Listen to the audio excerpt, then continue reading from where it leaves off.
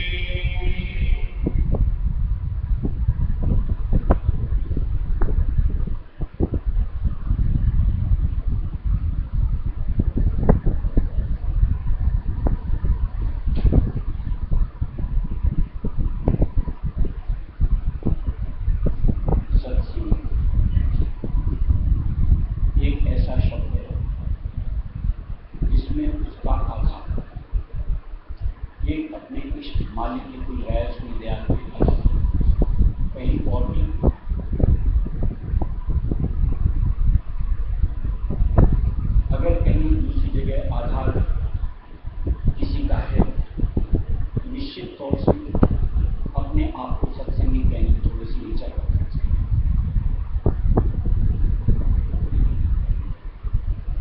सत्संगी के लिए इतना जो शब्द है, उसकी सोच, उसका विचार, उसकी धारणा, यूं को चौदिश, उसको एक माली के कोई गैस में दियाल के अलावा कुछ नहीं सोचता, कुछ नहीं समझता। जिसमें देखो, जिस ओर देखो, मालिक मालिक मालिक। और क्यों ना हो, कौन सी ऐसी ठौर है जहां मालिक नहीं होता, या यूं को बगैर मालिक की मौजूदगी के किसी भी चीज की अस्तित्व को क्या हम सोच भी सकते हैं?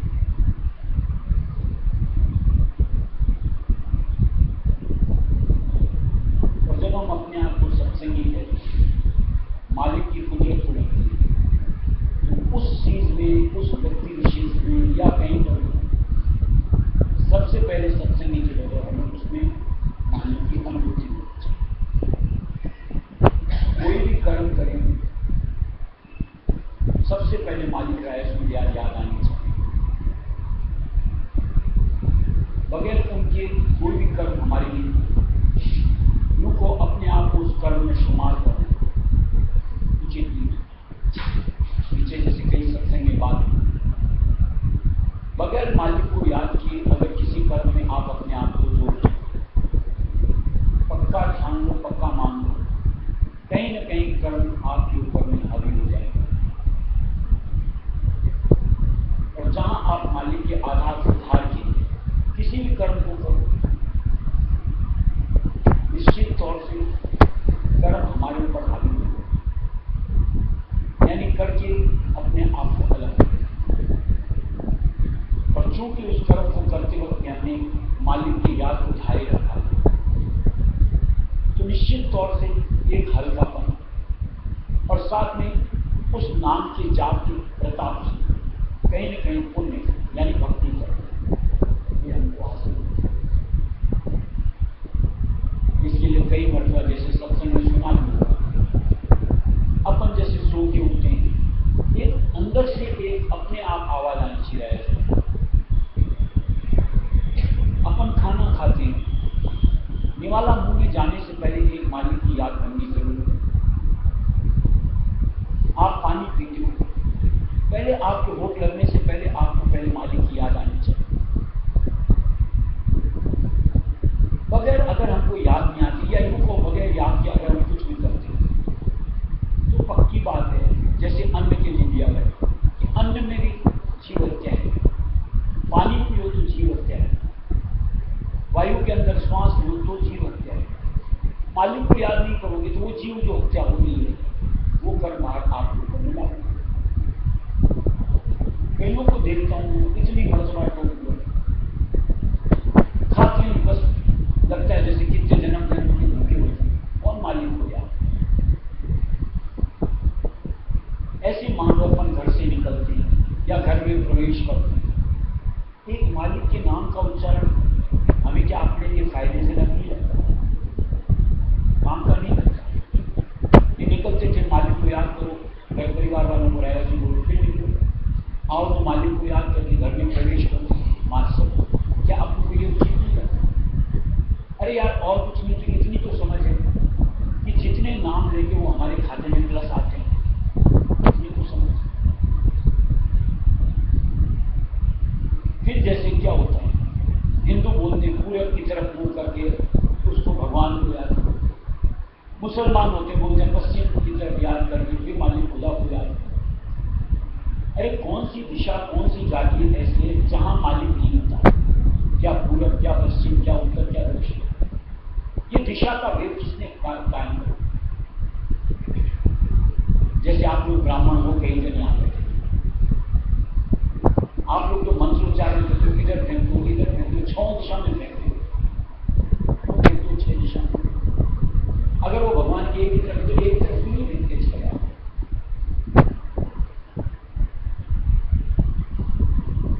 तब पूजा अर्चना करने के लिए जैसे कभी भी देखो किसी को देखते हो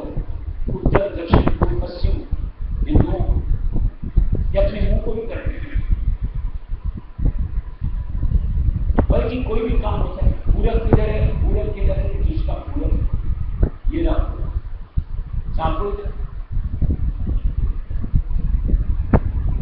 बताने वाले ने कुछ बताया, करते कुछ। ये हमारा पूरब और ये हमारा पश्चिम।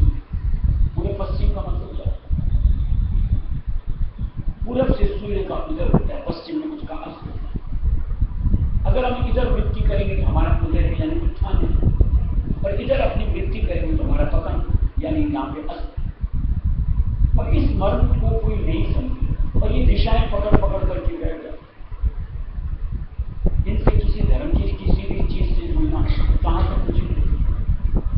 मुसलमानों को तो छोड़ दो, विचारों ने उस धर्म को चालू इसलिए किया कि हमको हिंदुओं के बरखिलाफ करना, इसलिए उन्होंने पूरब की जगह पश्चिम को। हिंदू हाथ ऐसे वो उल्टा ही, हिंदू मुंह को ऐसे करते हैं, वो उल्टा ही करते हैं। उनको तो मतलब अलग है कि कुछ हमको उल्टा, और उसमें भी कोई गलत नहीं है। उन्होंने ये दिखाने का प्रयत्न किया कि देखो हम तुमसे भी अलग करके, देखो तुम्हारे से बेहतर है। यानी उन्होंने भी कहीं ना कहीं कि रूढ़ी वार्ता की खिलाफ ऐसे मुसलमान धर्म भी शुरू किए। लेकिन आज जो टेक पड़ गई और उस टेक से जुड़ करके कोई किसी चीज में जकड़ गया, ये तो हमारी इंसानियत है, ये मानसिकता है, जिसकी वजह से हम कहीं अपने आप को यूं को जैसे पशु बनते तो तरीके से बन जाते। अन्यथा मालिक ने तो इंसान को कोई एक सोच समझ यानी जिसको बुद्धि दी, जिससे तार्किकता के साथ अपनी जिंदगी को आगे अग्रसर कर सकते। लेकिन हर जगह तार्किकता देखती, लेकिन परमार्थ के मामले के अंदर कोई तार्किकता। आज अगर अपन तर्क की बात करें, जैसे अभी अपन चर्चा कर रहे थे, हर वक्त आया इसमें आप तर्क लगा कि इसमें क्या गलत है और क्यों जीव को नहीं करना चाहिए। कहीं पर भी मालिक की अनुभूति के एहसास को क्यों नहीं धारना चाहिए। कितने अपने आप का बचाव हो जाए अगर हर जगह मालिक की आपकी सोच हो जाए। कहीं छिप के कर्म आप खोटे करोगे, कौन सी जगह? हर जगह तो मालिक अपने आप हो जाएगा, नहीं गलत कर रहा, मालिक देख रहा है। देखो कितने जगह से अपने आप को बचा लो। कभी जुबान से कुछ उल्टा पुल्टा कुछ भी नहीं निकलेगा।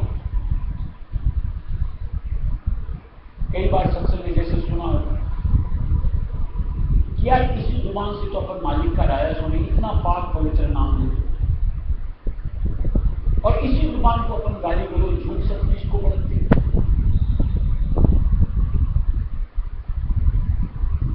हर घर के अंदर में भी अपन कचरा उठाने का पात्र अलग रखते हैं, पकाने का अलग रखते हैं। ये व्यवहार के अंदर में हम लोगों की इतनी भी समझ नहीं आती कि एक ही पात्र को निष्ठा उठाते हो, एक से उसी को आप कुछ भी करते हो।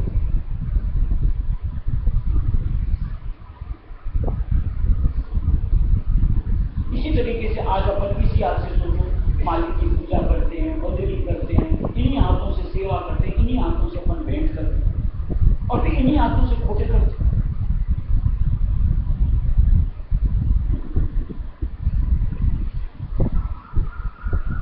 आज इन्हीं आंखों से अपन मालिक का दर्शन करते हैं और इन्हीं आंखों से आप बुरी चीजें देखते हैं, किसी बुराइयां जानते हैं। ऐसी कई चीजें ऐसी हैं, अगर सोचेंगे तो ठीक हमारी यूं को गति सुधरती चलती है, फिर हमारी जिंदगी का स्वरूप कुछ दूसरा। अब इसमें तार्किकता दिखाकर भी कोई गलत बात को ठहराओ, देखो ये गलत है।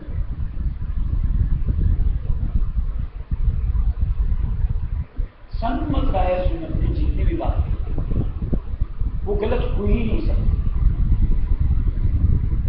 क्योंकि उसमें सिर्फ मालिक के साथ जुड़ी चीज है जो कि जीव को सतराह देती है कि जीव अगर उसमें चल पड़े तो उसका कल्याण। इसमें कोई धर्म किसी की काट कुछ है ही नहीं।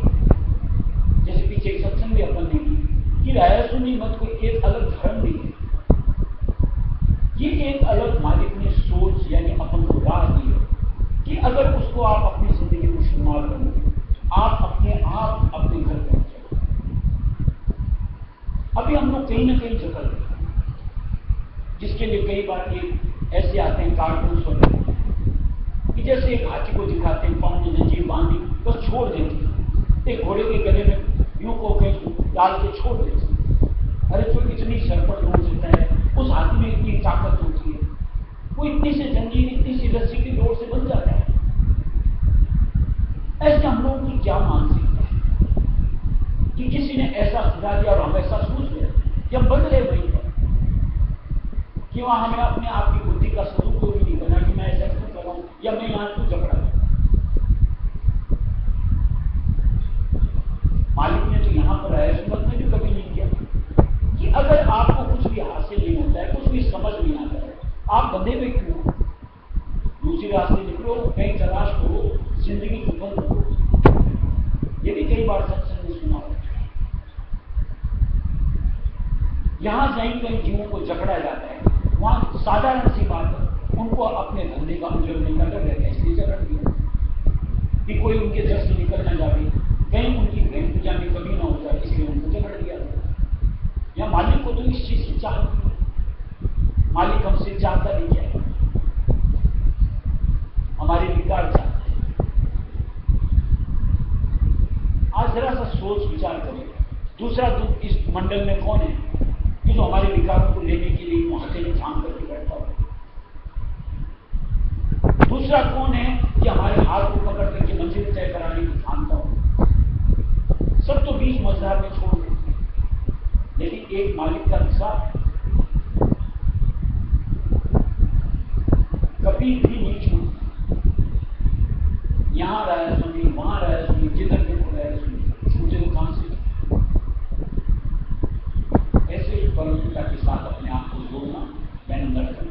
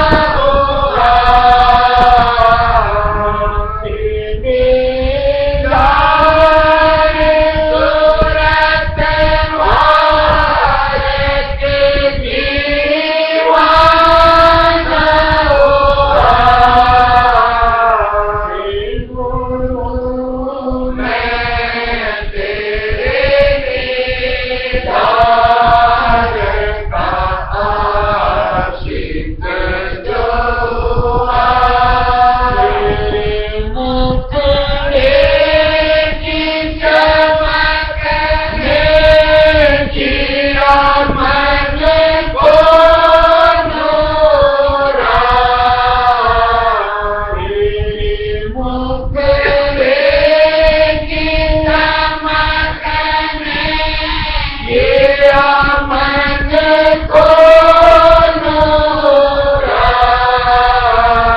सूरज और चाँद हजारों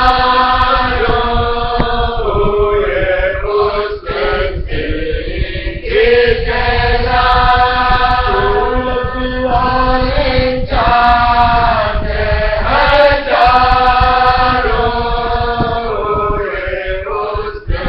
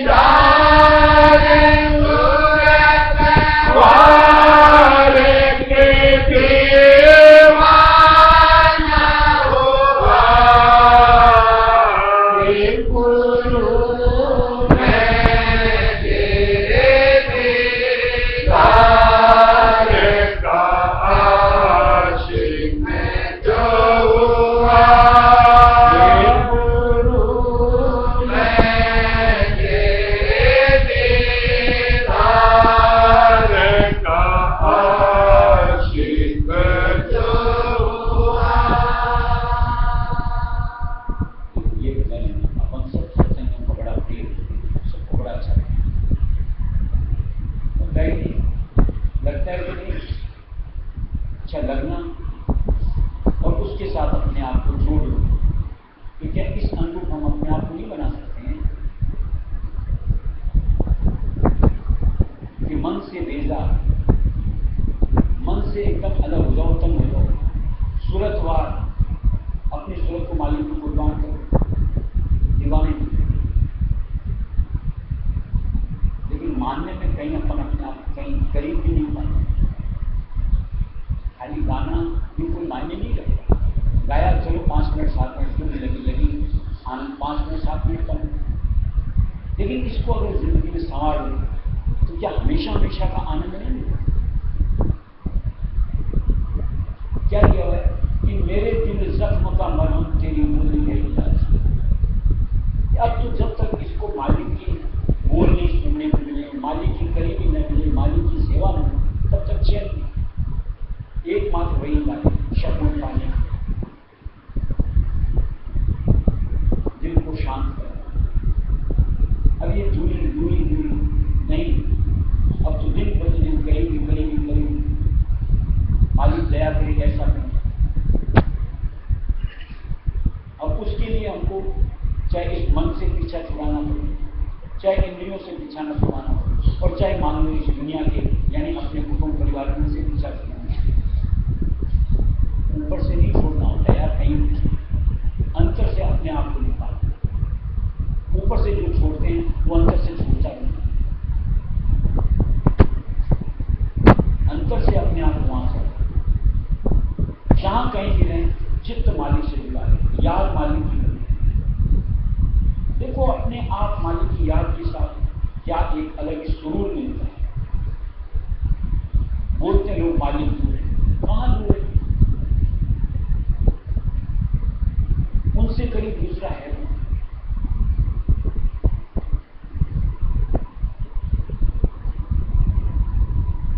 लोग बात बोलते वो नजर नहीं आता, एक वही तो नजर आता है, दूसरा आता नहीं। लेकिन जब ऐसी आशिकी लगती है, जब तक उनके साथ ऐसी रगबत नहीं होती, तब तक सीधी सी बात है और सच्ची बात है। मालिक को कहाँ हम बैठे इस चौथे लोग में, कहाँ वो अव्वल बैठे में रह सुन,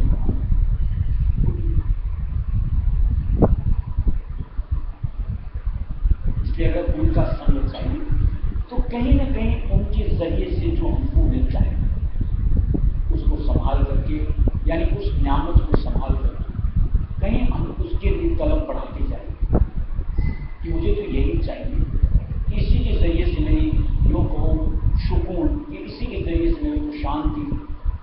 देखो कैसे कहीं हमारा चित्त रमेगा ही, बोलेंगे जीना मुश्किल हो जाएगा, कुछ नहीं मुश्किल हो। जो ऊपर से दर्शाते हैं उनको कहीं बेजाबी होती है, और जो अंतर से तड़पते हैं उनको ऊपर दर्शाने की जरूरत नहीं होती।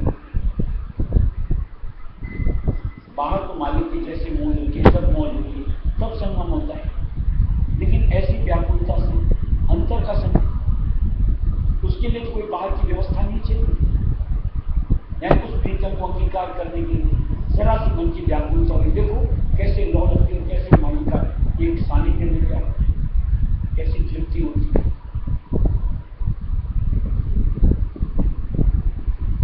लेकिन ऐसी छटपटाहट होती है, उस मालिक के बगैर हर चीज अधूरी महसूस होता है। अभी तो हम लोगों को संपूर्ण लगता है, उसी के अंदर आनंद मगन होते हैं। ऐसे में निश्चित बात है कि मालिक की हमको अहमियत समझ में आती है और हम उनकी तरफ लगती है। इसलिए चित्त कभी इधर कभी उधर कभी उधर रमते रहता है, खेलते रहता है, मालिक को बिसर रहता है। और ये जो मालिक को बिसरने की हमारी फितरत है, इसी के चलते हमने आज तक अपना नुकसान किया। और अब भी अगर सत्संग होकर के उस दाता को बिसरेंगे तो निश्चित मांगे हम काल को अवसर प्रदान करते हैं कि वो हमारा नुकसान स्वयं करते हैं, और इसमें किसी और का दोष नहीं, अपना खुद का दोष है। इसलिए अपने आप को संभाल लें, अच्छा राधा